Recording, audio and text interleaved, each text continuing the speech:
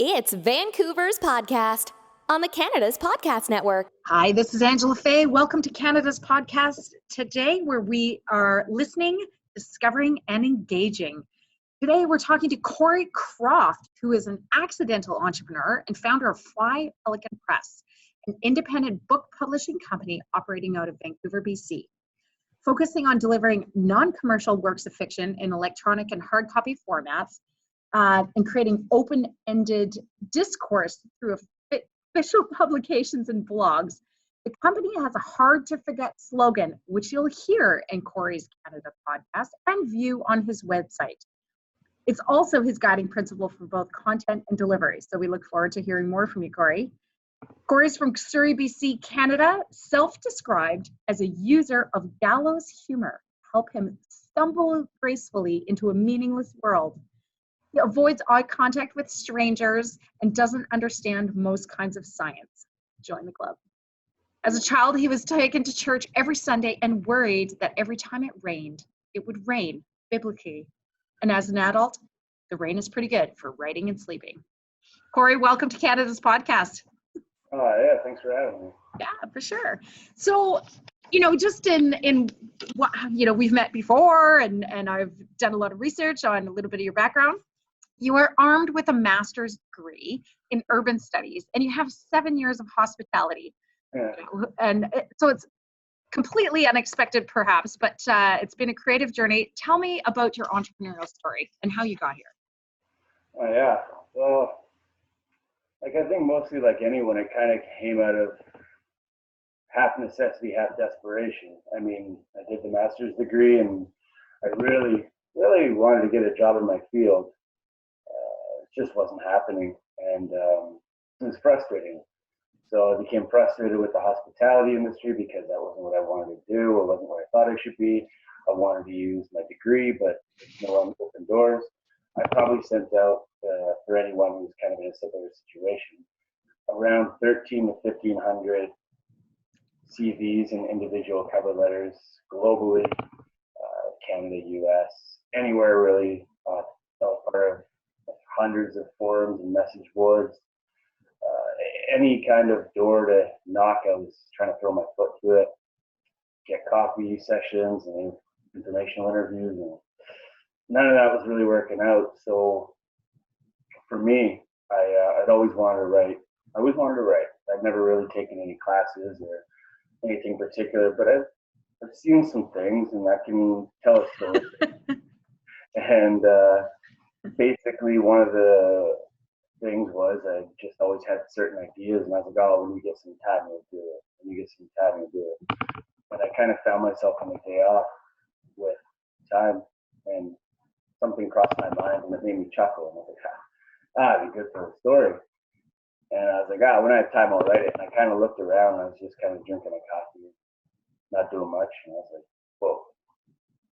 Well, it was a little more impactful than whoa, like I can do this right now. So I just kind of started, and it kind of coincided with really, really needing a creative outlet that hospitality and nothing else had really afforded me. So I just kind of started it one day. I said, you're going to write 1,000 words a day for 30 days and see where that takes you. And Nice. Yeah, see if anything kind of solidifies and if you enjoy it. And I think except for if I've gone traveling, I really haven't missed a day, and that was like 4 years ago. Yeah. Well, and just getting to know you a little bit, what work do you do right now? What's in your entrepreneurial pursuits, not in your employment pursuits? Oh yeah. So what I realized as I was sending out my stories, getting editing, with all the editors, anyone who had read it has been like, oh, like, I enjoy this, but man, like you might have to change quite a bit of things to make it conform to a more mainstream appeal. And I kind of looked at it, I was like, I've never really been a mainstream guy, Yeah, like I like all kinds of things, but I wouldn't just classify anything as falling into a pigeonhole. So I kind of looked at my options, and opening my own publishing company was the most viable. And from then on, it's been about building the brand. So social media kind of as people want that case, Facebook, Instagram, all the little guys around, and, constellations of other kind of ways to broadcast. And then just kind of, I've been trying to build a brand through the website as of January, and really just try and get the message out there, which is to come in and take a look more than anything else. Well, I'm intrigued about your story. You are in startup mode, right? You just said starting in January, but you do have a stated crew, right? You have crew. You've got black coffee, cigarettes, and dread. Talk to me a little bit through those. Oh yeah, so I'll start with the black coffee, which is something I don't know. My mom might get mad if she sees it. It's weird on black coffee, man. Like, it's just one of the things you hear most when you go to visit my parents' house. My brothers and I are there. Is fresh pot, which means someone just threw a fresh pot on. And every one of my family drinks coffee pretty much black. So it's one of those things. It's probably not the best for you, but I mean, as far as cigarettes go, okay. I got mine too. Right, you're in the crew. I'm in the club. But welcome. I'll get you a bat. And then as for cigarettes go, I've quit a couple of times. But I'm a pretty anxious person. I have to be doing something with my hands, with my mouth. And I was born just on the last little bit of, this is cool, James Dean, right? And, and so and then I just kind of, I don't have a lot of necessarily things that I would say are, I enjoy sports. I enjoy certain things, but I'm not a big drinker. I don't really use drugs. So that's the guy. It's your vice. Exactly. Those are my guys. Yeah. And as far as the dread goes, oh man, like I don't know anyone alive who doesn't, walk around with pocketfuls of, some kind of negative or pessimistic or even just almost like doom present thoughts. So it's one of those things that people tend to hide, act like everything's okay, pretend that it doesn't exist, mortality. And I like to embrace those thoughts. I like to really go in, kind of get into the guts of my own psyche as well as looking at others, and then just try and flesh out kind of deeper meanings and look at interesting or diverse ways of analyzing, such phenomena. So Corey, do you have a mantra or an inspirational quote that you consistently refer to?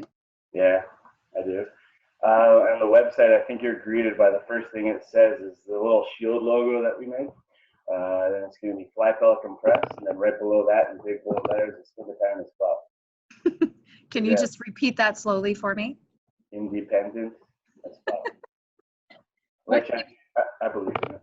Yeah. Well, we're going to delve a little bit into that in a little bit later in the podcast. But I mean, right now we've got a little bit of dread. We've got a little bit of, independent as fuck. We've got non-mainstream publishing happening.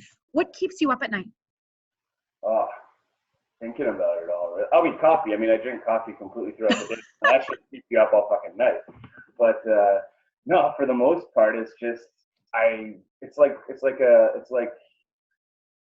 it would be like when you get a thought like that, when you have a great story to tell, when you have like a captivating discourse that you want to try and enmesh, or at least kind of like untangle, then it's like taking a loose string and just keep pulling at it, and then probably freebasing some meth, and then just pulling at it some more by the time midnight hits.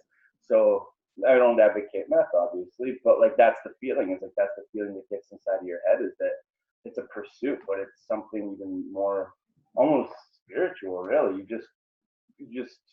You're not only I want to tell a great story, but I want to read a great story. And I enjoy reading my own stuff. I look at that, I'm like, whew, this guy, eh? But like, that's the thing, is it's a pursuit of, I don't want to say perfection, but it's a pursuit of something indelible and something lasting that kind of keeps you up and makes you want to kind of just put your entire body and mind into it. Okay, so let's talk about putting all your body and mind into Fly Pelican Press. Yeah. Never being boring is another one of your mantras, right? definitely not mainstream. Tell me, why do you believe that there's a need for your independent publishing platform? I would say there's numerous independent publishing platforms, but they tend to cater to a specific demographic, whether that be a certain gender, a certain race, a certain social movement. I'm happy to admit that mine's pretty free of any strings or any kind of linear perspective. Mine can be broken into twofold, I guess. One is to I'm a huge believer in freedom of speech. And what I mean by that is I don't necessarily think that all speech is acceptable or should be said to somebody. But if someone wants to use hurtful language or says something I disagree with, I don't have to associate with them or be around them. That's the beauty of free speech, is being able to make the choice, if you can, whether or not you want to associate or even kind of be around a group or a person based on how they choose to use that as either a weapon or as a tool.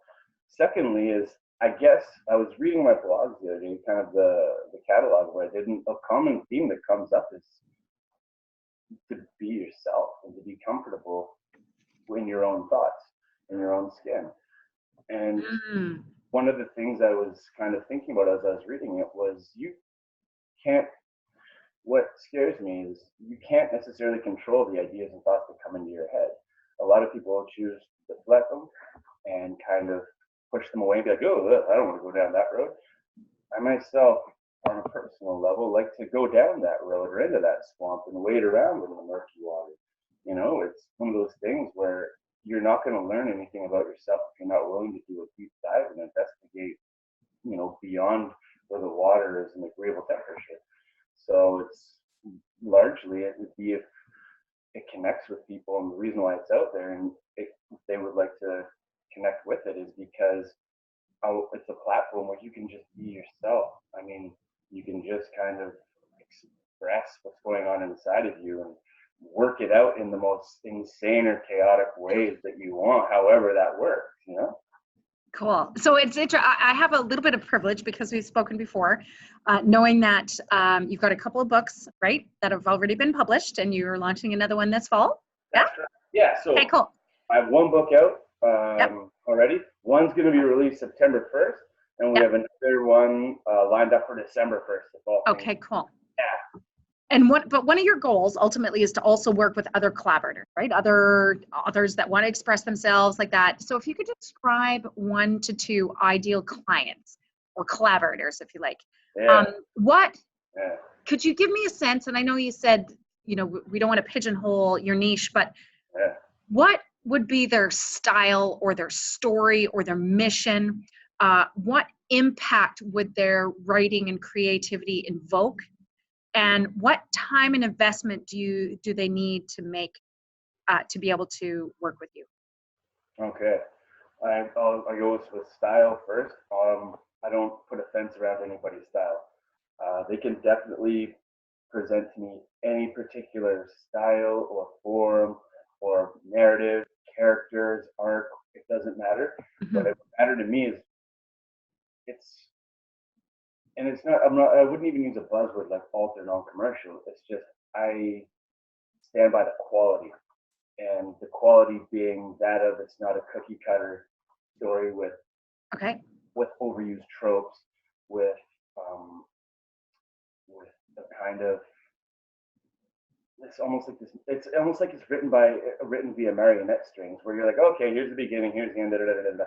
Put it this way: when I read something and I'm overwhelmed by it or overjoyed, it's never something that I've really found like kind of it's one of the person's picks at a bookstore.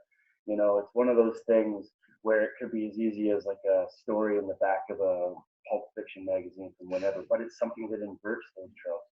It's something that doesn't play by the rules of structure. It's something that doesn't have a happy ending because the author wants you to walk away feeling fuzzy and tingly and warm. It's something that challenges the reader.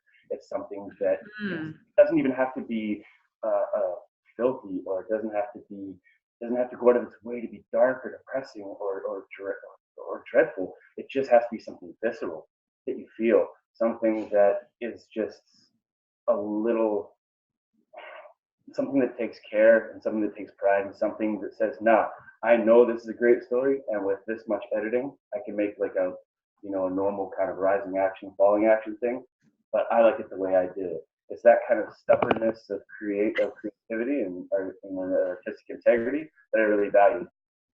So I want to pick up on a couple of your sentiments, visceral and challenging. And, I kind of had this pretense when we first started that you weren't quite ready for Canada's podcast because you weren't yet ready to bring in clients. However, we ended up talking for like an hour and I was totally seduced.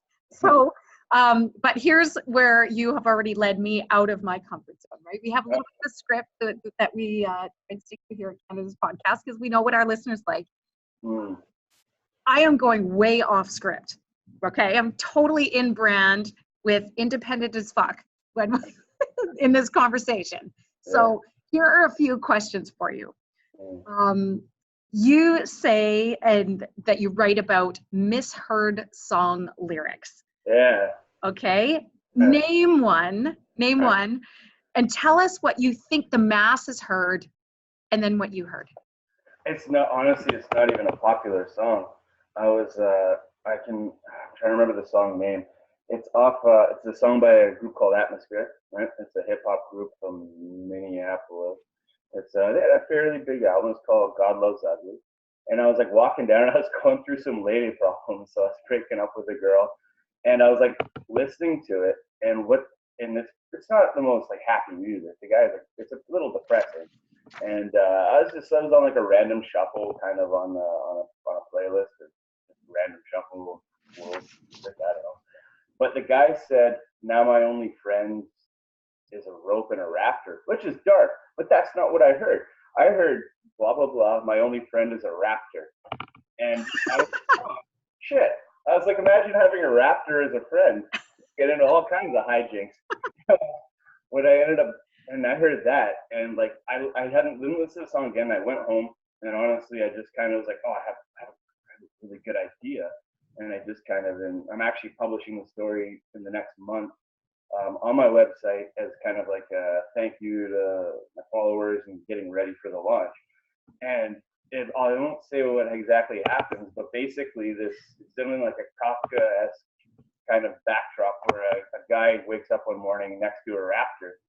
And it seems like a very simple premise when you're reading the book. Like, I know what's happening. What are you, stupid? It's one of my favorite things I've ever written. And then I went back and listened to it, and I was like, oh, thanks, Slud. I was going to go back and I went back and listened to it. I was like, huh, that's actually a really depressing lyric. I wouldn't probably have done anything. Well, and so we usually finish the podcast with some rapid fire questions, but I'm actually going to bring it into the middle of this podcast for you. So, and again, I'm reading some of your material, and you say you write about, and I'm just going to list some off.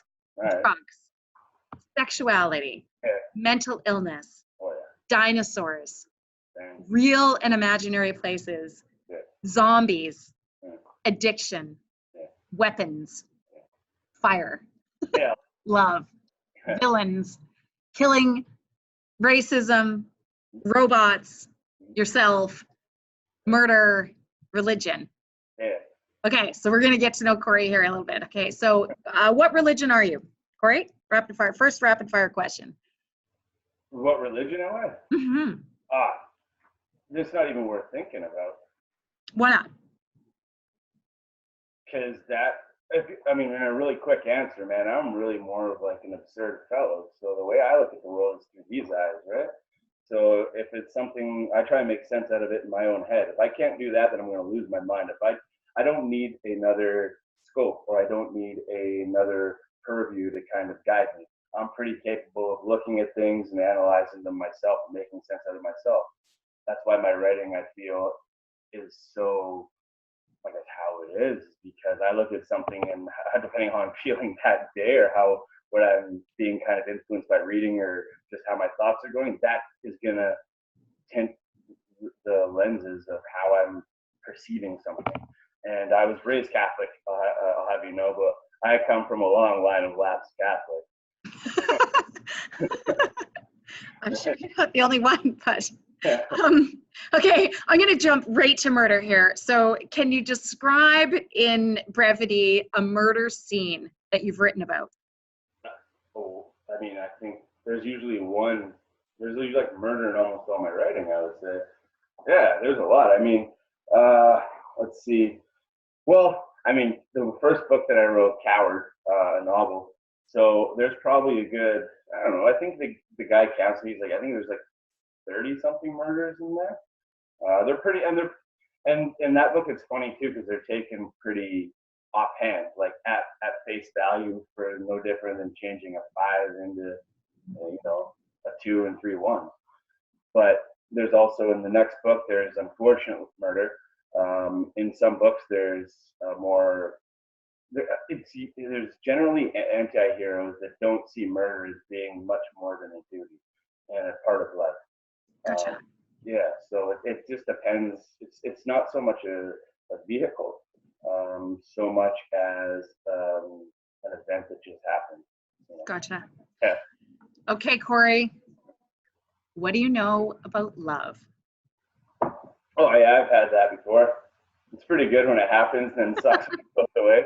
I feel like I don't know if I've ever written this. Maybe I have, but to me, love is like an insane winter or summer, right? When it's happening, like right now in Vancouver, it's like, oh man, it's like 30, it's so hot.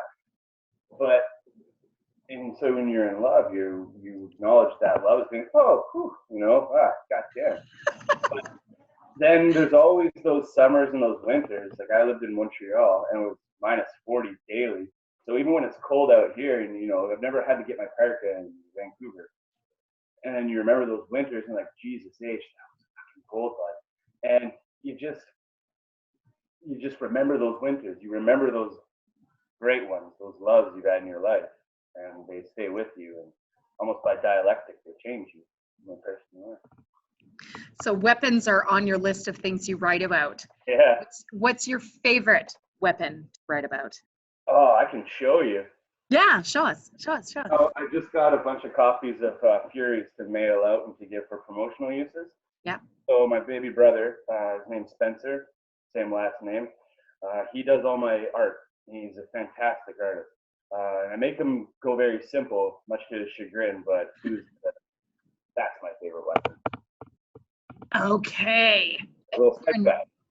I don't even know what that is, but it looks It's creepy. it's a bat with spikes hit through it.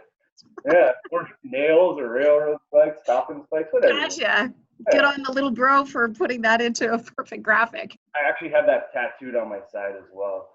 Ah, interesting. Yeah, it's a good one. Yeah. Okay, so 1, 2, or 3 addictions that you've experienced.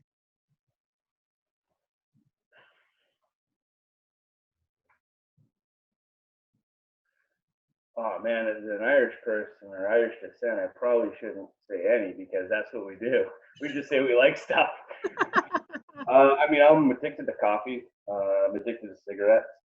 And if you want to talk about love, I've been addicted to that too. I used to really like my drink. I just don't do it very much because I can't afford to waste the next day. Yeah, I never really, beyond that, just I have a very frighteningly habitual personality, almost like ghastly. So whenever I kind of felt myself start to seep into a new flavor, new ice cream, then I would quickly just separate myself from that and be like, okay, that's a bad idea. Because I mean, I come from a city, Surrey. When you get to look around, you see kind of what addiction to that Right. stuff does. Right. And yeah, and then eventually your face is going to look the same as everybody else with all the lines and high cheekbones. So you don't want to look like that. Yeah, absolutely. Yeah. Okay, and I get it, I got to bring it up because you write about it, so let's not hide it. What is the most sensual position that you couldn't do without? Sensual position? Mm-hmm. We're talking sex, right? We are, because you write about sex and sexuality. Yeah. So let's go straight to it. Girl on top. Yeah, that's awesome. Super simple. All right. Yeah. We'll talk about why off script in one of your books or blog. It's a power thing. Okay. Favorite type of dinosaur? Knee jerk is raptor, but I like Stegosaurus because when you gotta love those spines, man. You gotta love those spines, and that snake tail, that sharp tail, looks like it's like that. But I grew up. I saw the original Jurassic Park when it came out in theaters. Man, those raptors are terrifying. Little guys. Turns out they have feathers, but what are you gonna do? All right. So, I've been reading a little bit of your writing online, right? Tell me, just gonna get serious for a second. Okay. Tell me about your friend. Oh, yeah. The one that wasn't allowed to die. But Holy dude, I got a lot of heat for that because people, so I am a huge comic book fan. Like, I would go to say nerd. I love me some comic books, mostly Marvel, but like I already read a decent book in there. And the movies, I'm obsessed with the movies. And Infinity War came out, and I've seen that on Netflix probably like 50 times. Like, it's just my go-to. Like, if I want a little bit of noise, just put it on. You like look up, like, oh yeah.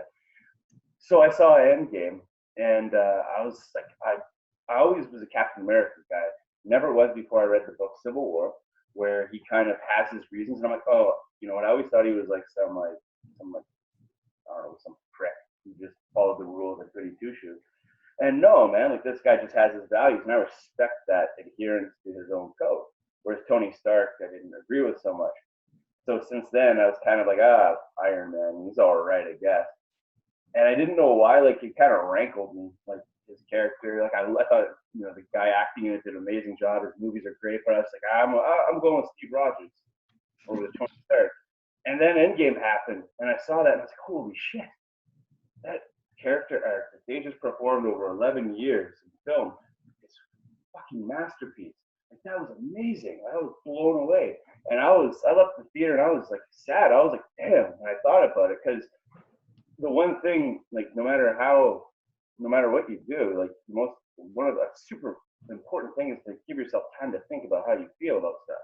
Don't just brush off an experience. It's nothing. Like, if something affects you even a little bit, you should owe yourself, like, just take the money, pay to give yourself some time to reflect. That's important. And I was thinking about it, and because I'm pretty narcissistic, I related them back to myself quite a bit. Mm. Like, wow, that's crazy. And like, I didn't really see much of. I guess you like characters you identify with, and you vilify characters who you identify with for negative reasons. So I tended to almost push away from Tony because he's arrogant, he's he's all these things, and I started looking at the less superficial traits and more like that psychology, and I was like, God damn, he's just like a scared dude who wants to just do right and protect people and whole litany of things. And so I'm gonna cut that your comment about giving yourself time to, feel. I'm gonna share my experience of reading your blog and what it was like to read some of Corey's work. Is I saw this blog post that said my dead friend, and I started reading your work, and it immediately I had an image of a real person, right? And your friend, because I know you, I imagine what that person looks like, and you totally took me through the whole entire story, and I couldn't help but personify my own experience overlaid by, right? Because some tragedy and trauma happens to us all. But I was totally into the feeling of what was going on for you. And then there was like this one line at the bottom. Yeah. Which is by Tony Stark. Right? And I just went, oh my God, the sense of relief. So I can just tell you that my experience in just reading that blog post went from like high and anxiety and total emotion down to like total release, right? Just quick release of, oh, thank God it was Tony Stark he's talking about. But I was totally enraptured. So I just wanted to give a little plug that, I just loved your style of writing, totally engaging. But I want to bring it back a little bit to the entrepreneur audience here that's listening for us. You're based in Vancouver, and you were born and raised in the area? Yeah, it's born and raised. One thing about that last one, my mom texted me 911. Like my mom texted me, she's like, "Oh my God, who died?" And I got a ton of messages. Yeah. Before they got to the bottom. No, they got to the bottom and they just thought Tony was like, they weren't into the thing. Yeah. Thank God for pop culture and my kids watching Marvel comics. Otherwise, I would have been Googling, "Oh my God, who's?" Yeah, from Surrey. So born and raised in Surrey. I've left a few times, and I've been in Vancouver now for a good decade. Okay. Talk me through the benefits and challenges of doing business in Vancouver from your perspective. There's, the benefits of it, I can start with that because, it's a city where things can grow and flourish organically. There's a lot of networking. So it's a small city, very small city, and super small when you kind of, when you really look at people in certain industries. So in that sense, it's good. It has a pretty fertile soil to plant your seeds and to try and make something of yourself, forge the connections, kind of get around. The weather's agreeable, so people aren't hesitant to go out and do things at all times. It depends which industry, I believe, too. And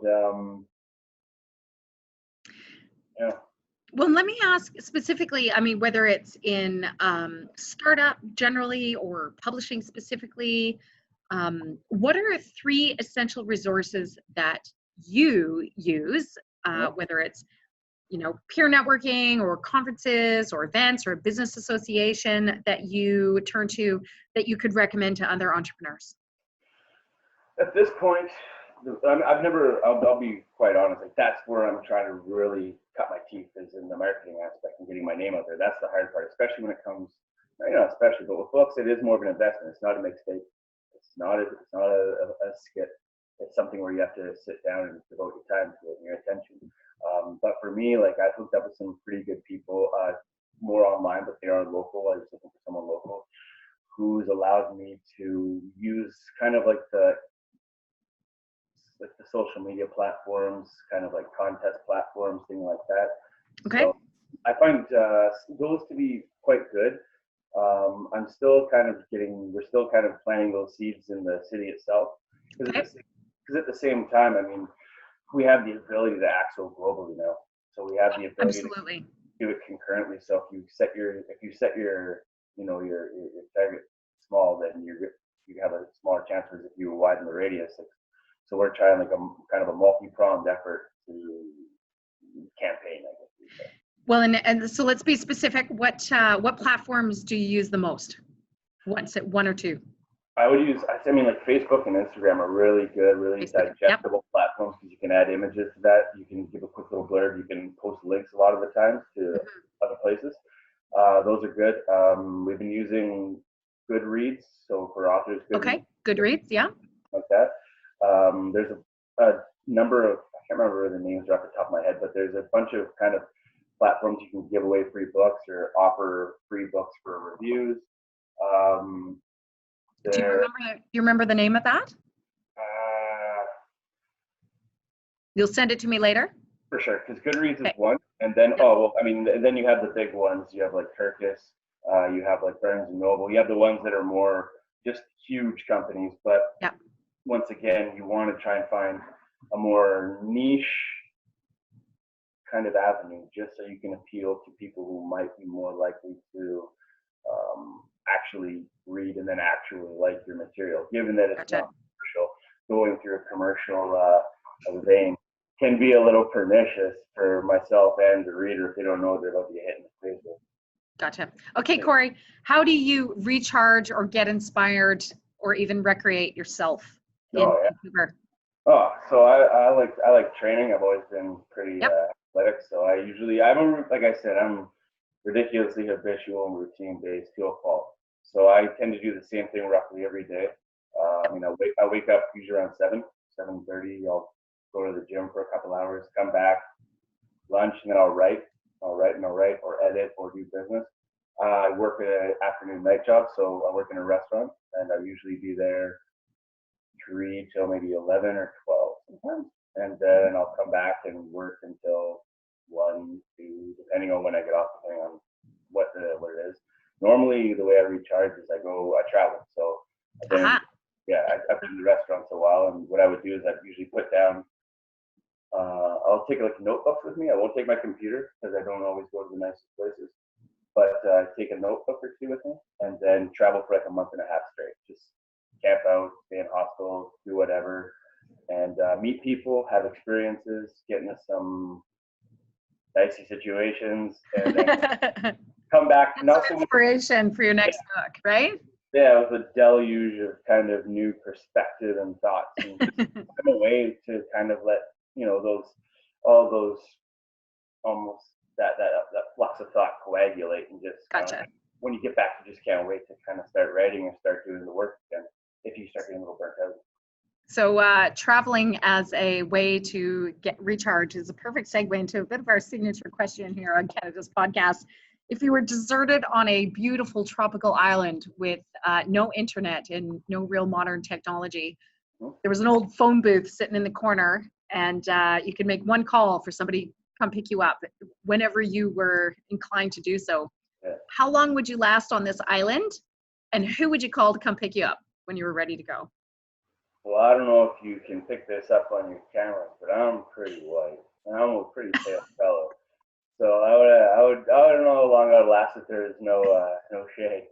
But I would probably call I'd call my mom. She's a hustler, man. My mom's so I'd call her, and she would, she loves the Davids. She loves my brothers and I owe her a lot, and so I'd call her, and she's fixed me out of a jam or two when I was younger, because she's a good lady. Well, I look forward to meeting your mom one day for sure. Corey, what's the best way for people to connect with you post podcast? Oh man, I mean, any way really. I mean, like I said, the social media, so Fly Pelican Press or Fly Pelican is Instagram, Facebook. The website has a contact section. We got carrier pigeon. If you're tin can. How about if we stick to flypelicanpress.com on your email you section? How's that? That's cool. Hey, I'd be around. Awesome. You can find me. Okay, Corey, it was fantastic having you on Canada's podcast today, where we listen, discover, and engage. See you again. Thanks. Appreciate it.